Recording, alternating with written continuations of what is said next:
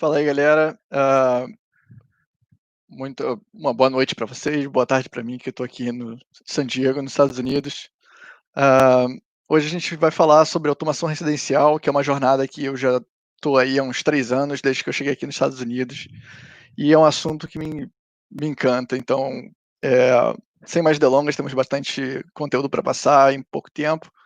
Então, eh, meu nome é Ian Seidel, escreve assim dessa maneira um pouco não ortodoxa.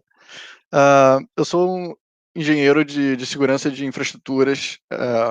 Já trabalhei em algumas empresas por aí, como a Intel, o Navegador Brave e muitas outras. Mas, na verdade, eu trabalhei muitos anos com segurança de sistema de controle industrial, que basicamente são usinas de metal ou plantas de controle de trânsito, de fornecimento de energia. E foi uma experiência bem interessante, porque me levou a diversos lugares bastante interessantes. Eu passei 7 meses, trabalhando numa indústria de petróleo em Doha, no Catar, que é esse pedacinho de terra pequenininho do lado da Arábia Saudita. E vi muita coisa legal, mas, né, quando você trabalha nesses ambientes que são altamente militarizados, você nunca pode tirar foto e nem pode estar falando muito sobre o que você fez, o que você trabalhou, né? Porque muitas dessas empresas são de governo e tem muitos segredos comerciais. E então esse contato com a automação na minha carreira instigou essa paixão pelo hobby de automação por toda a minha vida. Então, eu tinha começado a ver sobre automação residencial, mas no passado, a automação residencial era algo que era bastante precário, né? Era lento, utilizava alguns protocolos bastante esquisitos, como o X10, onde você tinha um número limitado de canais, o throughput era muito baixo. Então, a versatilidade que você tinha para trabalhar com automação residencial era bastante limitada, geralmente mais de ligar e apagar uma tomada e coisas bem pequenas. O segundo padrão que tentou emplacar aí, mas não teve muito sucesso, foi o PLC, Powerline Communication, que sofreu dos mesmos problemas, mas com a camada de complexidade de que você tinha que trabalhar com linhas de alta voltagem, que é bastante perigoso. E todas essas duas tecnologias, elas, além de serem ruins, elas eram caras. Então, uma coisa que é ruim e é cara não é boa, né? Então, voltando para o dia de hoje, né, as coisas evoluíram muito, né? Hoje em dia você tem já uma série de suíte de produtos já voltada para automação residencial para o consumidor final, que geralmente é uma caixa fechada, que você desfruta das funcionalidades que essa caixa te dá, e é isso, né? Então, é, isso é interessante, isso baixa a barreira para muitas pessoas que não têm conhecimento técnico para desenvolver suas próprias soluções, mas eu tenho uns 15 anos de experiência trabalhando com TI em diversas áreas. Eu comecei sendo desenvolvedor, administrador de sistemas, depois fui para segurança, trabalhei com automação, tenho como hobby eletrônica. Então, eu sabia que esse tipo de solução não servia para mim, sacou? É uma solução risível, uma solução assim, você não tem nenhum trabalho, mas você também tem muito pouco resultado, né? Então eu resolvi começar a pesquisar e investigar como é que eu poderia fazer o sistema mais extremo possível, né? O mais raizão, assim, que fosse explodir a cabeça de todo mundo, assim, né? Então, depois de uma grande pesquisa, eu vi que juntando várias tecnologias diferentes, né, vários protocolos diferentes, eu conseguia fazer um sistema de automação residencial robusto e bastante versátil. Principalmente para mim, algo único que é único para o meu sistema e não é algo que eu vou chegar na casa de outra pessoa e ele vai ter a mesma coisa, sacou? Não tem nenhum símbolo de status de você ter a mesma coisa que todo mundo tem. Então, eu comecei a definir qual era que era a definição da domótica, né, que é o nome científico, não científico, mas o nome certo para automação residencial. Então, quais eram esses parâmetros, né? Então, com a automação extrema, você tem muitas vantagens versus a domótica né, para o consumidor final. Então, a domótica extrema, ou faça você mesmo, você pode fazer com que ela não se comunique com redes externas, você pode fazer com que você nem precise de internet, é altamente customizável, principalmente o fato de você poder transformar coisas não smart em coisas smart. A gente vai ver como rapidinho. E você realmente é dono das suas coisas, né? Os seus dados não estão indo para tudo quanto é lugar e o produto não é de outra pessoa, né? Não é de outra empresa. Mas também você tem seus próprios desafios, né? Você gasta muito tempo construindo tudo from the ground up, né? Do zero. Até o negócio funcionar, ele não funciona de diversas maneiras diferentes. Não só não funciona como não faz o que devia fazer, mas como ele faz o que não devia fazer em horas erradas, inconvenientes, e isso é bastante estressante. Isso também é bastante estressante se você vive com a sua esposa, como é o meu caso, porque é uma pessoa que não tem nada a ver com isso, que está sendo, né, infernizada pelas suas automações e maluquice. E também, como você está trabalhando com eletrônica, você, né, sempre tem que tomar um cuidado que se você cometer um erro, né, não vai ser só um bug, você pode ter um risco de um incêndio. Então, quando você vai decidir se você quer fazer um sistema de automação usando coisa orientada ao consumidor final, né, ou se você quer fazer algo mais extremo, você tem que definir os seus parâmetros, né? Porque o que eu vou falar hoje são sobre os meus parâmetros, né? Mas os meus parâmetros não necessariamente vão ser os seus parâmetros. Então, qual é o seu objetivo? Você quer algo que você configure uma vez e você não precisa mais se estressar? Você quer ficar experimentando as coisas o tempo todo? Você quer ter algo que é o topo da linha, assim, top of the line, tipo, o mais sinistro de todos? Ou você quer chegar a algo assim super consciente, como o Jarvis ou a Skynet, né? Outra coisa a se questionar é qual é o seu conhecimento técnico, né? Você sabe desenvolver, né, no caso em Python, que é a linguagem que o sistema que eu escolhi usa. Você tem conhecimento em Linux, em Docker, você sabe fazer o seu próprio hardware, você saberia fazer o desenho e implementar uma rede segura e resiliente e eficiente. E muitas vezes, quando você faz o seu próprio hardware, a não ser que você queira ter as coisas montadas em protoboard, é necessário que você também aprenda a fazer desenho em CAD e saber lidar com impressão 3D, para que você possa fazer também as suas próprias caixinhas, né, e ter um produto mais bonito, que não parece que é o foco do incêndio. Então, seguindo com objetivos, né? Então, quando eu defini quais eram os meus parâmetros, eu defini quais eram os meus objetivos, né? Eu queria não ter que dar comando, né? Eu queria que o meu sistema reagisse a diversos eventos, né? Diversas mudanças de estado, e a gente vai ver como isso funciona. Queria que fosse rápido, né? Que não fosse uma coisa que você entrou no quarto e você tem que esperar o sistema se ligar e acender a tua luz, né? Das premissas maiores é que devia ser contido. Eu não queria ser dependente de cloud, eu não queria ser dependente de internet, eu não quero meus dados indo para nenhum lugar. E ao mesmo tempo eu quero que ele seja resiliente. Eu quero que se a internet caia, eu possa continuar controlando a minha casa. Eu não posso ficar dependendo da cloud para conectar minha casa, né? Esse loop que vai pela internet, chega até o servidor, volta, era algo que eu não queria. Eu queria que fosse totalmente customizável, extensível, porque eu adoro ler documentação de como esses frameworks funcionam e escrever meus próprios plugins. Como eu tenho background de segurança, eu queria que esses sistemas tivessem práticas seguras, né, que não fosse um esquema casa de ferreiro, espeto de pau. E, em último caso, eu queria que o sistema ele tivesse um fail-safe, né, que mesmo se ele falhasse, eu continuasse tendo total controle da minha casa, seja por botões físicos ou por algum override local, né. Então foi uma longa jornada, né? Eu já estou nessa há 3 anos, e eu posso dizer que ainda é um organismo vivo que está sempre mudando, né? Eu estou sempre, no mínimo semanalmente, eu estou mexendo em alguma coisa, acertando alguma automação, buscando algum device novo que se integra ou tentando integrar algo que não é smart ainda. Então, vou contar minha história como começou, como foi a minha primeira vez, o meu primeiro contato, né, com automação, né?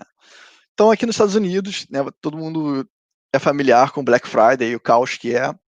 A gente conseguiu ir na Best Buy num dia que estava mais tranquilo e eu fiz uma cara de cachorro pedinte, né? Minha esposa concordou erroneamente em que a gente comprasse esse kit da Philips Hue e um Google Mini, né? Para poder controlar e fazer os comandos de voz. E foi bem legal, né? Eu passei, acho que, o fim de semana inteiro configurando e criando cenas diferentes e mudando as cores das luzes sem nenhum motivo aparente. Mas é uma coisa que é legal, você mostra para os seus amigos, mas depois é só um gimmick, né? É só um party trick. Então, perde a graça, sacou? Perde a diversão de você ter uma coisa inteligente, sacou? Porque é só o ganho que você tem é muito pouco. Então, obviamente, eu precisava de mais, né? Como um viciado. Então, eu comecei a buscar o que se chama, né? Muitas pessoas chamam de hub, mas o nome correto seria um Smart Home Controller, né? Então, eu comecei a buscar entre os proprietários e os open source, porque, na verdade, eu queria buscar o que fosse melhor. Eu não tinha nenhum parâmetro que tinha que especificamente ser open source. Apesar de, por fim, o melhor, na minha opinião, ter sido um open source. Mas o problema com os proprietários é que, em sua maioria, eles são cloud connected, né? Existe apenas um produto no meu conhecimento, que é o Rubitat, que te deixa total em controle do seu sistema, né? Que não tem conexão com cloud e é bonito. E do lado do open source, tinha alguns players, mas eles divergiam muito em algumas coisas, né? E uma coisa que eu sim sou um pouco xiita é que eu tenho as minhas linguagens de programação que eu respeito e outras que nem tanto. Então, tinha que ser numa delas que tivesse dentro da minha lista pré-aprovada de linguagens respeitáveis. Mas aí no processo de decisão, meu processo de decisão foi, né? Ele tinha que cumprir com todos esses objetivos, a interface de usuário tinha que ser algo decente, porque muitos deles tinham uma interface de usuário que era triste, né? Ter uma comunidade ativa, porque isso significa que vão ter várias pessoas trabalhando com diversos produtos, escrevendo diversos plugins, e que esse sistema vai estar em constante desenvolvimento, não dependente dos desenvolvedores principais, né?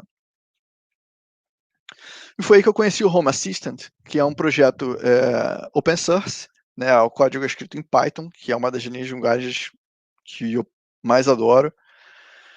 E ele é bastante interessante porque a comunidade é imensa e existe uma quantidade gigantesca de plugins e de componentes oficiais e não oficiais, né?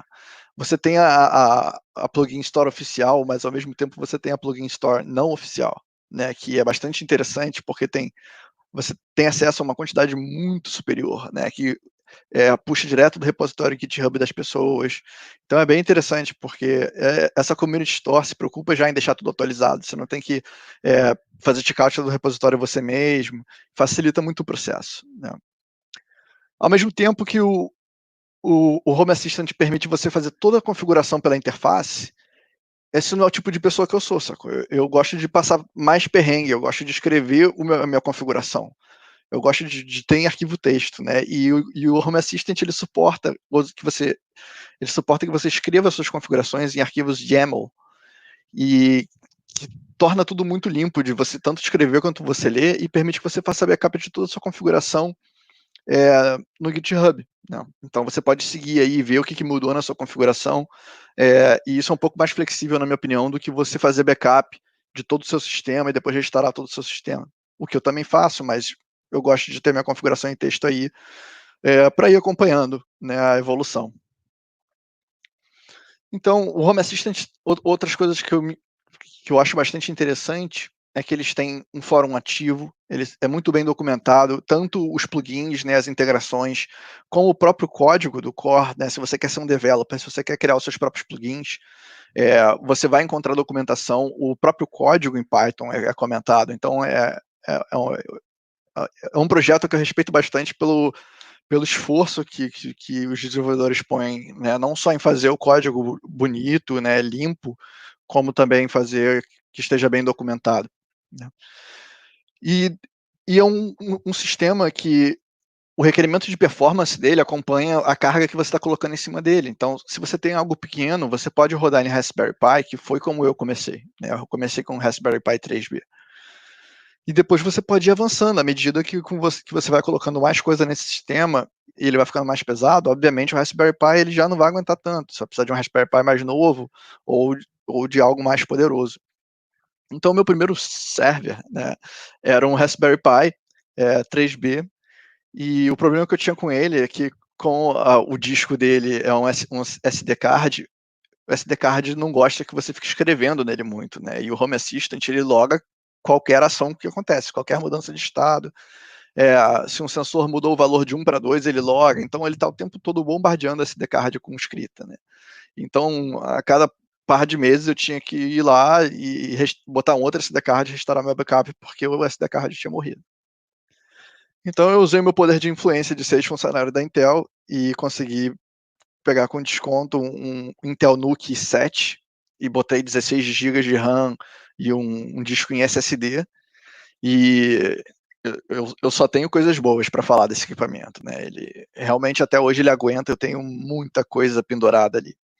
E ele nem sente, né? Quando eu vejo ele na análise de performance, ele nem sente. Mas voltando à questão inicial, né? Eu já tinha o kit da Philips Hue, já tinha o Google Mini, agora eu tinha Home Assistant. Mas eu gastei todo esse tempo e todo esse dinheiro e ainda assim eu tenho que dar comando, falar sistema X, né? Não vou falar para não ativar o telefone de todo mundo, né? Mas sistema X, acende a minha luz. Ou, né, pegar meu telefone do bolso para acender a luz, né? Isso é uma coisa pré-histórica, né? A gente já está em 2020, a gente é melhor que isso. Então eu comecei a estudar mais como funciona um sistema de automação, né? Voltando lá para o meu background em automação industrial, é, e fazendo uma analogia com o corpo humano, né? Um sistema de automação ele tem basicamente dois grandes grupos de equipamento, né? Que são os sensores, que como o nome diz, vai sentir alguma coisa, né? Vai tomar uma medição e vai reportar para o sistema, e os atuadores eles vão atuar em alguma coisa, né? Eles vão é, flipar um relay ou eles vão ativar um motor, né? Eles vão transformar aquele dado digital em uma ação mecânica ou elétrica, né?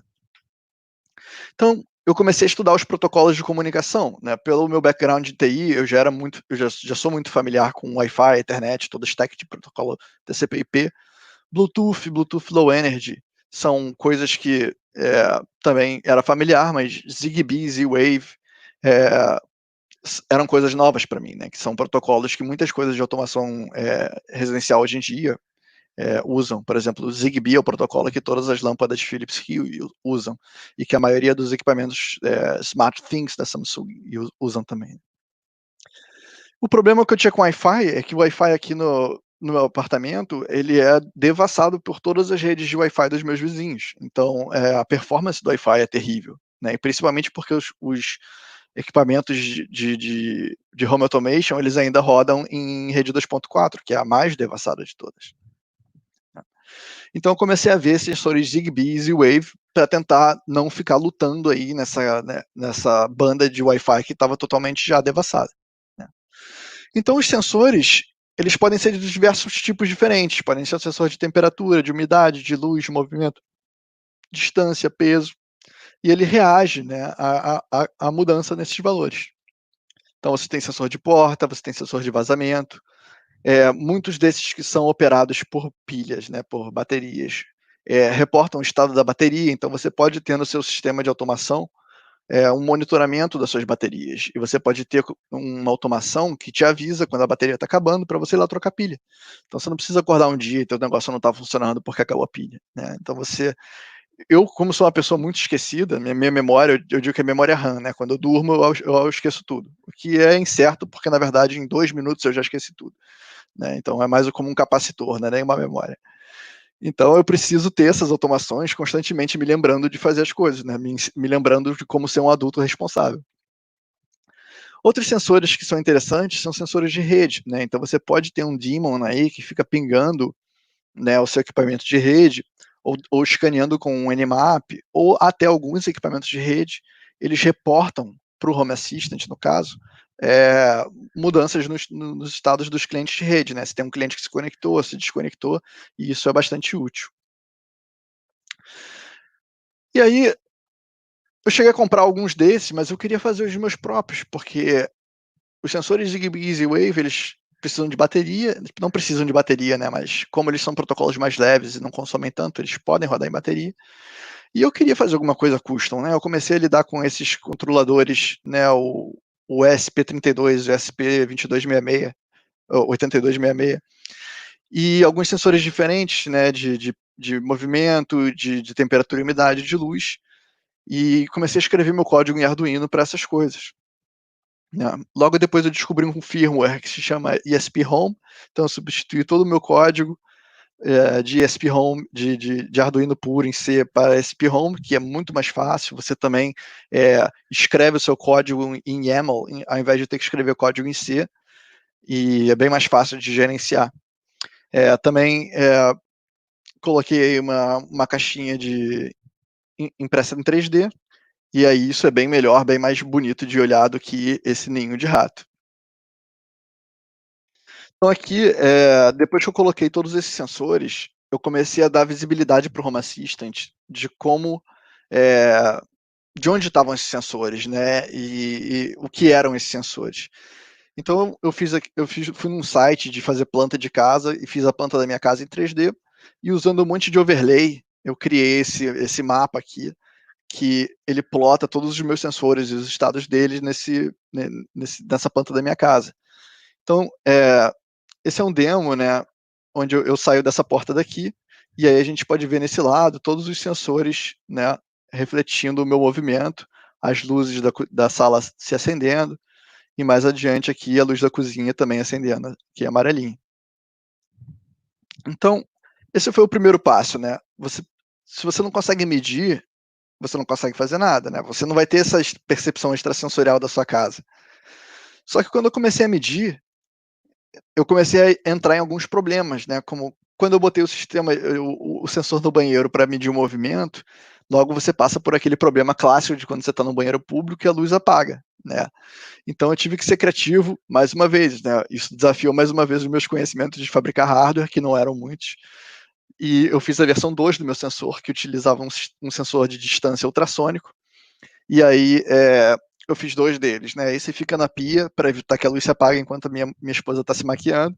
E tem um outro que fica atrás, né, da privada, que enquanto você está ali sentado ou na frente, né, dependendo de como você faz suas coisas, ele mantém ali a presença do banheiro ativa, então a luz não vai apagar enquanto você está ali.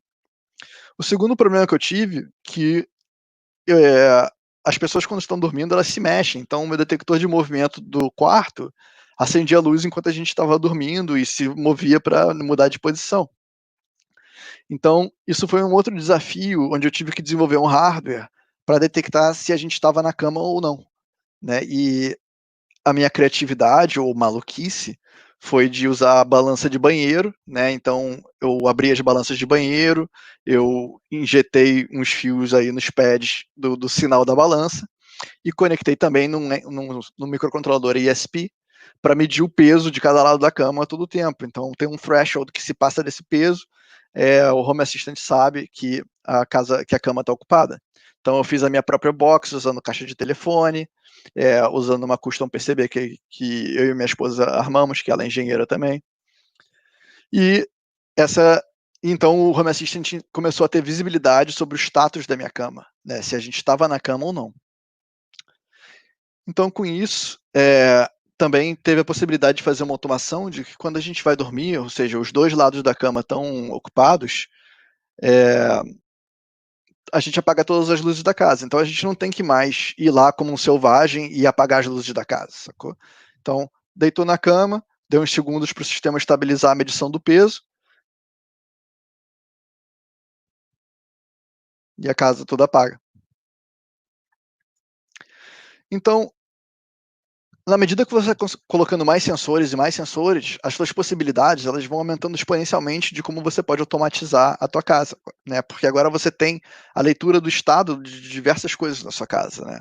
É, dos, de quanto consumo de energia algum dos seus equipamentos está tendo, de como é que está a temperatura em determinado cômodo, se está com luz, se está sem luz, se tem movimento ou não. E a partir daí você pode usar os atuadores para realizar alguma ação, né, em resposta a esse evento, né. Então, você tem tomadas smart que você pode, então, pelo Home Assistant, né, ou qualquer sistema de automação industrial, residencial, ligar ou desligar o equipamento que está conectado nela, né? Então, alguns modelos permitem que você monitore o consumo disso. E aí, pelo monitoramento de consumo, você consegue, então, criar automações, né? Você consegue perceber o que o seu equipamento está fazendo. Então, se você tem conectado aí uma máquina de lavar, você sabe se ela começar a puxar muita eletricidade, você sabe que ela está ligada. Então, você pode ter uma automação de que quando a máquina de lavar passa de estar ligada para desligada, que ela te manda uma mensagem dizendo que já acabou de limpar as coisas, sacou? Então, ao mesmo tempo que você tem as smart tomadas, você também tem os smart interruptores, que são a mesma coisa, só que ficam em linha, né, como um interruptor normal. Então, em vez de você gastar um dinheiro em lâmpadas smart que são caras, você pode comprar um interruptor smart que é mais barato e o problema está resolvido, né? Você não vai ter esse controle de cor e tal, mas acredite, assim, é muito overrated, sacou? É legal você ter em alguns lugares, como assim, um accent color, mas em geral, você está muito bem servido só tendo um smart interruptor, e eu tenho vários, né? Principalmente para luz fluorescente ou a luz do banheiro, que tem 5 lâmpadas, só que vale muito mais a pena você ter uma coisa assim. Então, é, com os smart outlets, eu consegui resolver um problema que aqui no apartamento a gente só tem ar-condicionado na sala, né? Então, no verão, como agora, né, já está super quente aqui, é, fica muito quente, né? Então a gente tem ventilador tanto no quarto quanto aqui no escritório. E aí, dependendo, se tiver quente aqui a partir de uma temperatura que eu determinar, no caso aqui 75 graus Fahrenheit, né, perdão para o resto do mundo, né, mas aqui está tudo em Fahrenheit. Se passar desse 75 Fahrenheit, o Home Assistant vê esse valor e aí ele avisa a Smart Tomada para ligar o ventilador e aí começar então a tentar baixar a temperatura desse cômodo. Um outro case interessante é que eu sou uma das pessoas loucas que curte peixe, então eu tenho um aquário grande, né, com diversos acessórios, né, tem o filtro, tem aquecedor, tem a luz, tem o sistema de injeção de CO2 para as plantas, enfim, um montão de coisa, né. E tem muitas coisas manuais que você tem que fazer aí, né, com questão, o CO2 não pode ficar ligado de noite, porque senão mata todos os peixes, a luz também você tem que ligar e apagar no horário certo, senão enche de alga o teu aquário. E é 2020, né? A gente não precisa ficar mais nessa selvageria, então eu comprei essa régua Smart, que não só ela permite que o Home Assistant tenha uma agenda aí de ligar e desligar as coisas, mas como ele tem medição de consumo, ele também pode me avisar no caso do meu filtro, né, queimar. Então, se o meu filtro deixar de consumir uma certa quantidade de energia, ele vai mandar uma mensagem dizendo que o meu filtro quebrou e que eu preciso atuar imediatamente. Né? A mesmo caso, é interessante eu descobri que se o meu filtro ele consome menos de 26 watts, significa que ele está sujo, eu tenho que limpar ele. Então, ele vai medindo, quando o filtro começa a puxar menos de 26 watts, ele me manda uma mensagem no Telegram falando que eu preciso limpar o filtro. E isso para mim é genial, porque eu não preciso mais me preocupar, é dia de limpar o filtro. Não, a minha casa me diz quando ele tá sujo. Outra coisa interessante, né, são smart locks, que são fechaduras smart, né. Então, junto com aquele sensor, né, de contato da porta, eu tenho uma automação de que eu entro em casa e fecho a porta e a porta tranca sozinha, eu não preciso mais me preocupar com isso. Tem um tracking de GPS que quando eu chego na minha casa, o Home Assistant ele me manda uma mensagem no Telegram perguntando se eu quero abrir a porta. Então, eu recebo essa mensagem na minha casa, aperto um botão, a porta abre, eu não preciso mais andar com chave, perder chave, né. Tudo bem, posso perder meu celular, e aí é um problema bem maior que eu tenho, mas o problema de andar com chave por aí, eu já não tenho mais esse. Um outro adaptador interessante são esses pequenos devices que simulam controle remoto, né, tanto infravermelho como controle remoto de radiofrequência. E isso é interessante porque você pode controlar coisas como televisão, ar-condicionado, ventilador que tem controle remoto infravermelho, pelo Home Assistant, né, pelo seu sistema centralizado de automação residencial. E esse é um case interessante porque antes de eu vir para os Estados Unidos, eu morei também uns quase um ano no México, e quando eu cheguei lá, eu aluguei um apartamento e não tinha nada dentro, né? Eu não trouxe nada, eu só trouxe roupa. Então eu comprei uma televisão gigante, né? Eu era solteiro na época, então solteiro eu só tinha um sofá, uma televisão, uma geladeira, que é tudo que o homem solteiro precisa. E só que ela não era smart, ela tinha Netflix e Hulu e essas coisas, mas ela em si ela não era smart, ela não se comunicava com coisas, né? Então, utilizando uma smart tomada, né, e esse simulador de controle remoto e um Roku, que é como um Fire Stick ou um Chromecast, eu consegui fazer com que a minha televisão, que não fosse smart, ficasse smart, né? Porque a smart tomada, pela medição de consumo, sabe se a televisão está ligada ou não. O simulador de controle remoto pode ligar e apagar, mudar o volume, fazer todas as operações do controle remoto. E o Roku, esse sim conecta com o Home Assistant, então eu posso saber se eu estou vendo Hulu, se eu estou vendo Netflix, o que eu estou vendo, e também controlar o Roku pelo Home Assistant. Né? Então, é, é bem interessante, é um dos exemplos, né, como o do aquário, como esse, como você transformar algo que não é smart em smart. Né? Então, você não usando uma coisa feita para o consumidor final, né? Você usando uma coisa que dá muito mais trabalho, mas é muito mais interessante, muito mais satisfatória, né? O resultado final que você tem te dá um sentimento muito mais de ter accomplished something, né? É muito superior. E as automações no Home Assistant também são por YAML, né? Então é tudo muito fácil, tudo você é descritivo, você pode só bater o olho ali e ver o que aquilo ali está fazendo. Né? Alguém que não tem conhecimento em automação, em programação, pode olhar aquilo ali e ver o que aquilo ali está fazendo, porque é bastante verbose. Né? Então, um dos problemas que eu tive logo de início foi quando você usa o sensor de movimento para ligar a luz, é interessante, mas o sensor de movimento, ele é um sensor de movimento. Então, se você está vendo televisão, você vai ficar parado e a luz vai apagar. Então, eu precisava resolver um paradigma de como eu faço o meu sistema, minha smart home, entender o conceito de presença, né? De que aquele cômodo está ocupado ou não, independente do movimento. Né? Então, a gente tinha dois problemas, né? O gerenciamento de presença, o gerenciamento de presença global, onde os residentes estão, né? Eles estão em casa, estão fora de casa.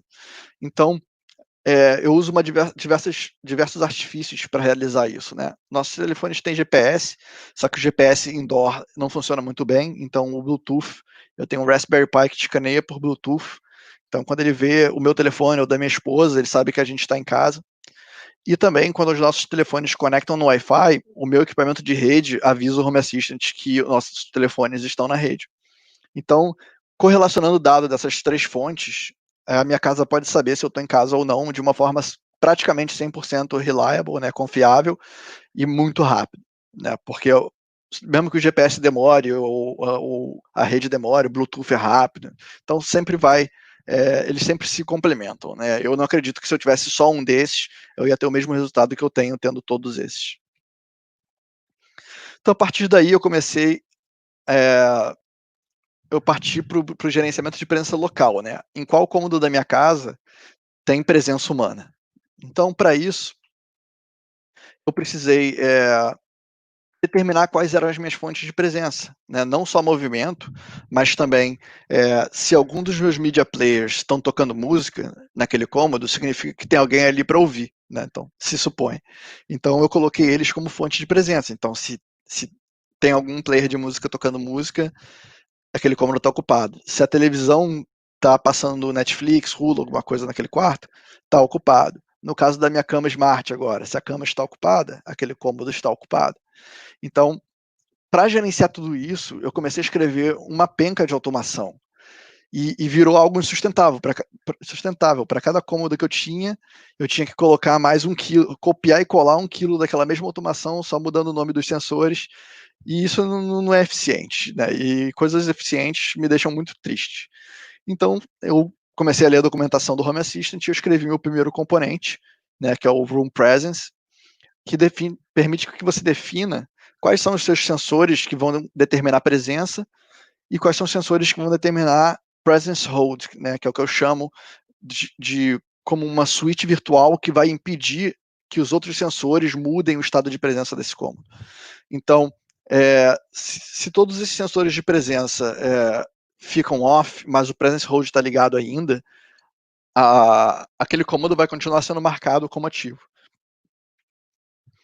Então, para controlar isso, a gente já tinha nossos celulares e a gente tem Home Assistant, Google Assistant e Alexas por toda a casa, né? Porque o Home Assistant ele abstrai tudo isso tanto para o Google Assistant quanto para a Alexa. Então, você pode ter todos eles operando junto e você não precisa adicionar os seus devices nesses produtos, né? Você conecta eles ao Home Assistant e o Home Assistant coordena eles.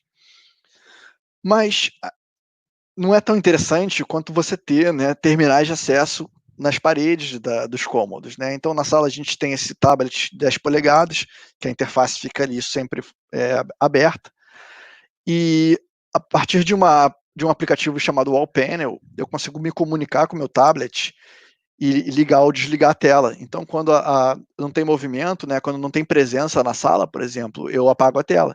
Assim que o Home Assistant detecta a presença na minha sala, ele prende a tela. Então, quando você entra no escuro na sala, não só a luz vai acender, como o console vai acender. Então, se você precisar mexer em alguma coisa ali, já está ali, né? Você não precisa apertar um botão e acender o tablet, ou achar o tablet na parede, acender ele, já está ali. E a mesma coisa para os outros cômodos, né? A gente sempre tem aquela gaveta cheia de telefone velho que já não funciona, ou que a tela quebrou, ou que a bateria já não dura nenhum minuto.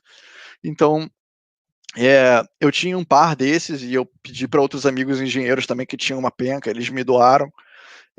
Então, cada cômodo tem o seu próprio telefone aí com esse suporte de celular de Uber, que fica 24/7 conectado na tomada, né? Não tem problema, porque o telefone é velho mesmo, e ele tem o mesmo aplicativo, né, que permite com que quando o cômodo ele esteja ocupado, o telefone se acende por alguns segundos e você pode por ali controlar tudo, né? Aqui a gente está vendo só a luz, mas scrollando para baixo você tem controle do ar-condicionado, né?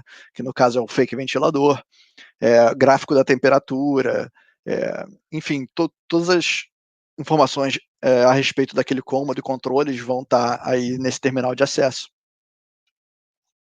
Então, o software que proporciona isso, né, que permite isso, chama Wall Panel, é um software open source, que tem tanto para Android e iOS, e que foi revolucionário. Eu testei várias outras coisas, incluindo usando somente um browser normal, e o Wall Panel ele performa excelentemente, atende super bem.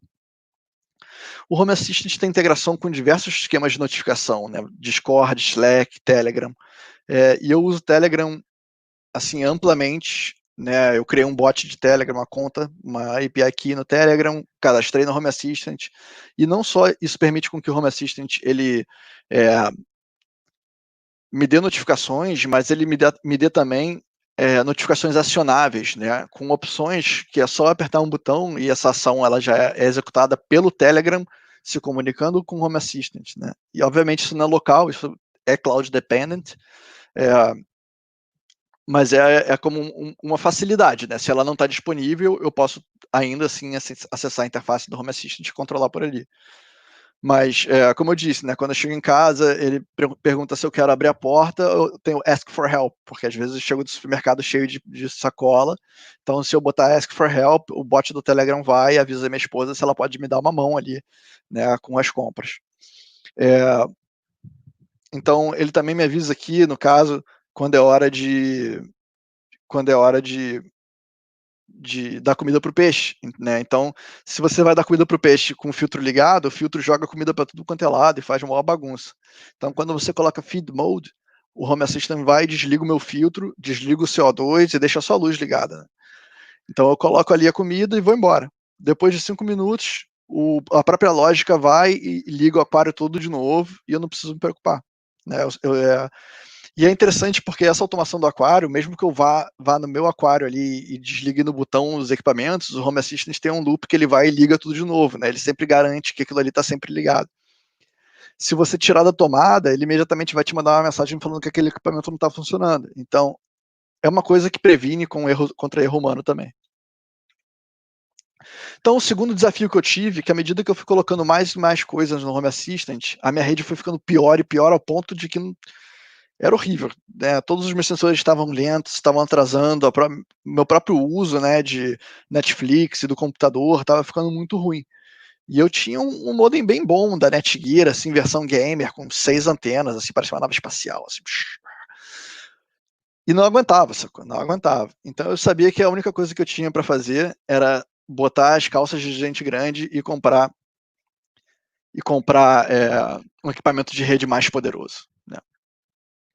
Então, eu comecei a gastar dinheiro em equipamento de rede Enterprise Level, porque eu sabia que o equipamento de rede não Enterprise Level não ia aguentar, né? Então eu comprei equipamentos da Unify, que era uma marca que eu já tinha visto outras pessoas de home automation falar muito bem, e ele é bom porque ele permite uma série de switches de funcionalidades, né? Isso começou é, quando ele chegou, eu estava no meu quarto, logo a minha esposa começou a reclamar que tinha um montão de luz e barulho de ventilador. Logo eu passei um cabo aí de vários metros por toda a minha casa até um closet, né, esse closet inicial. Mas isso me permitiu criar diversas VLANs separadas para as diversas necessidades que eu tinha, né?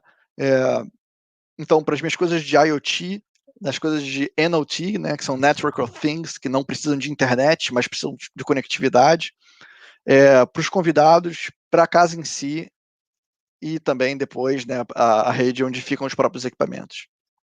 Então, entrei no software de diagrama, desenhei como é que ia ser a minha rede, separei todas as VLANs, coloquei todos os meus devices, comecei a colocar regra de firewall, né? A primeira coisa, bloqueia tudo e vai abrindo devagarinho, como é clássico na área de segurança, né? Você vai whitelistando as coisas ao invés de blacklistando coisas. E logo a partir daí, a próxima coisa foi investigar que outros produtos tinham que eram interessantes e que permitiam mudar o firmware por um firmware open source, né? Então, a primeira coisa foi mudar o Rumba que eu tinha por um Roborock S5, né? Que você permite mudar o firmware por esse open source chamado Vale Tudo. E essas câmeras, né, da Wise que também permitem que você carregue o seu próprio firmware.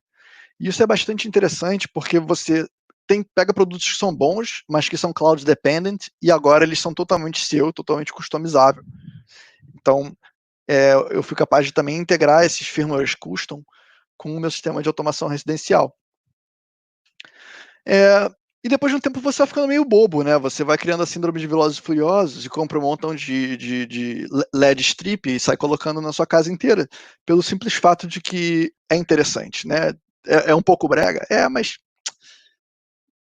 eu acho que isso, porque você pode, é uma justificativa boa o suficiente para você fazer as coisas. Então, essas light strips também foi um outro challenge interessante, que o Home Assistant ele fala RGB e essas light strips falavam HSL, né? Hue Saturation e Level. Então, tive que fazer mais uma automação aí para sempre que mudava o valor no Home Assistant em RGB, converter em HSL e mandar para light strip, né? Então, é um código gigante que eu tive que começar a pesquisar e ver como é que funcionava a fórmula para converter de um para o outro, mas funciona decentemente bem.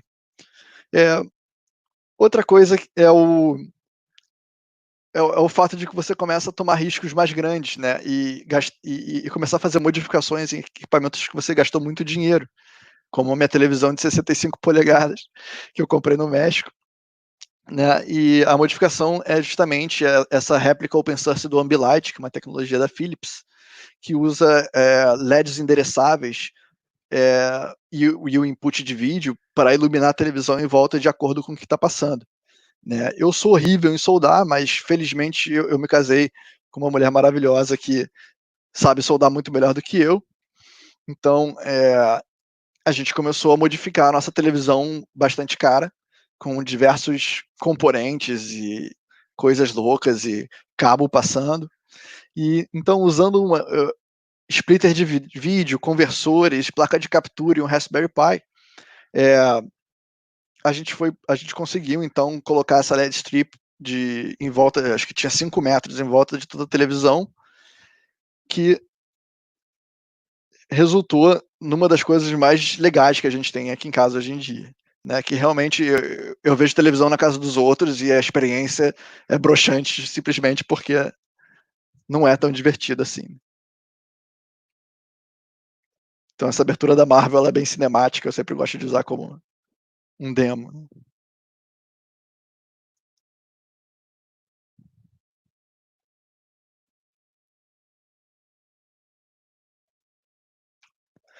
Então, esses são só alguns dos desafios que eu tive, algumas dos desafios não só técnicos, como criativos que eu tive ao longo de toda essa jornada. E, enfim, né, foi uma jornada bastante emocionante, bastante tentativa e erro.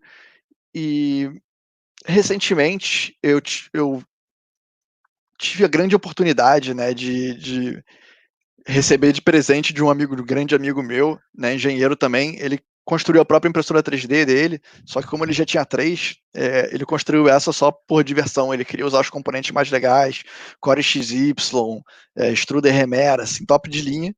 Então ele me deu, e só que foi assim como um catch presente, né? Ele me deu totalmente desconfigurado e falou: teu trabalho é deixar essa coisa ir smooth, né? Suave. Então eu gastei aí um bom um mês tunando os parâmetros, fazendo 1 milhão de test sprints, até que o bagulho ficasse como fino, né? E mês passado, assim, eu tive o privilégio, né, de a gente já há 3 anos ter juntado uma grana com esse propósito. Minha esposa e eu, a gente adquiriu, né, um Tesla Model 3, e isso foi só, tipo, a cobertura em cima do bolo, né? Porque a gente agora tem um carro que a gente pode integrar também no nosso sistema de automação residencial, e também a gente agora também diminui o nosso carbon footprint e faz parte do futuro, né? Então, muitas das coisas que eu estou ensinando aqui estão aqui no meu blog, né, synapselabs.io, onde você pode acompanhar é, todos esses meus tutoriais, né? É em inglês, porque é em inglês, eu escrevo meu blog em inglês. E basicamente é isso, tudo que eu tinha para mostrar para vocês, galera. Quero agradecer muito pelo tempo de vocês.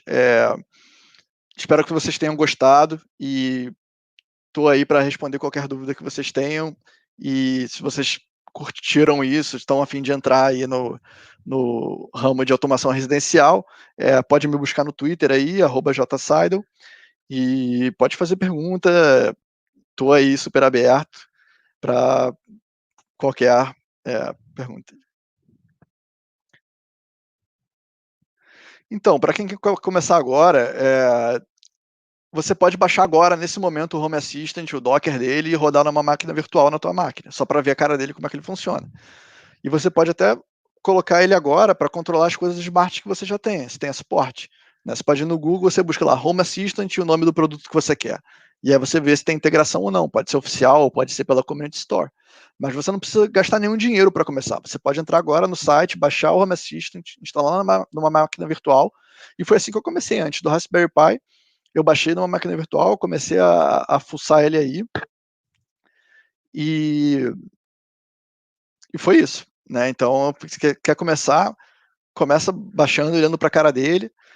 Se você tem um pouco mais de verba, compra um kit de Philips Hue ou algo mais barato que tenha integração com o Home Assistant, e começa a ver automação, perdão, começa a fazer suas automações. Se você tem aí uns microcontroladores ESP32 ou 8266, também já pode fazer os seus próprios sensores e botar com o Home Assistant para controlar as suas luzes. E vão aí, né, baby steps, até você chegar no teu objetivo final.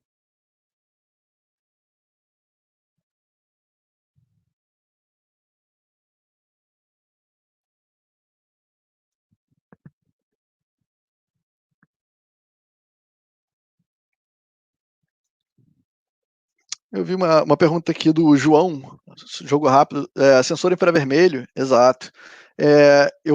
Na real, quando eu fui fazer esse teste, eu comprei 3 tipos de sensores, né? 2 infravermelhos e um ultrassônico.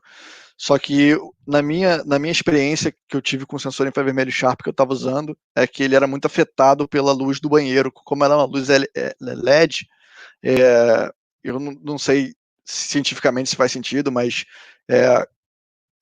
estava trigueando falso positivo nesse sensor. Então o de ultrassom foi o que funcionou melhor para mim. Aparentemente não temos mais perguntas. Então, depois da palestra aí, se vocês quiserem fazer qualquer outra pergunta no Twitter, vai ser um prazer responder. Gostaria de novamente agradecer à organização da Campus Party e a todas as pessoas que viram a palestra, e tenham um excelente dia e um excelente resto do seu fim de semana.